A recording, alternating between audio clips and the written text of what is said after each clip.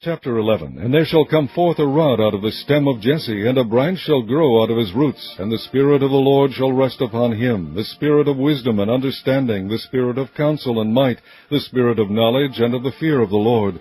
And shall make him of quick understanding in the fear of the Lord. And he shall not judge after the sight of his eyes, neither reprove after the hearing of his ears.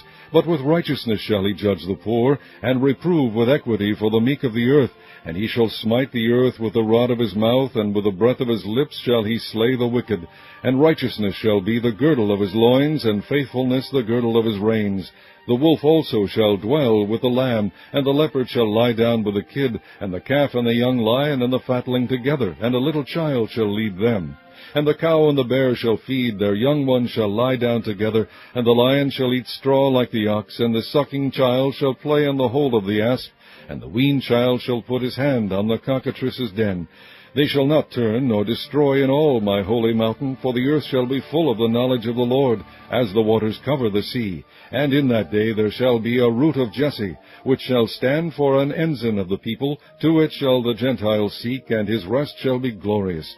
And it shall come to pass in that day that the Lord shall set his hand again the second time to recover the remnant of his people, which shall be left from Assyria, and from Egypt, and from Pathros, and from Cush, and from Elam, and from Shinar, and from Hamath, and from the islands of the sea.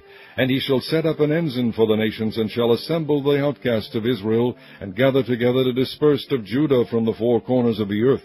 The envy also of Ephraim shall depart, and the adversaries of Judah shall be cut off. Ephraim shall not envy Judah, and Judah shall not vex Ephraim.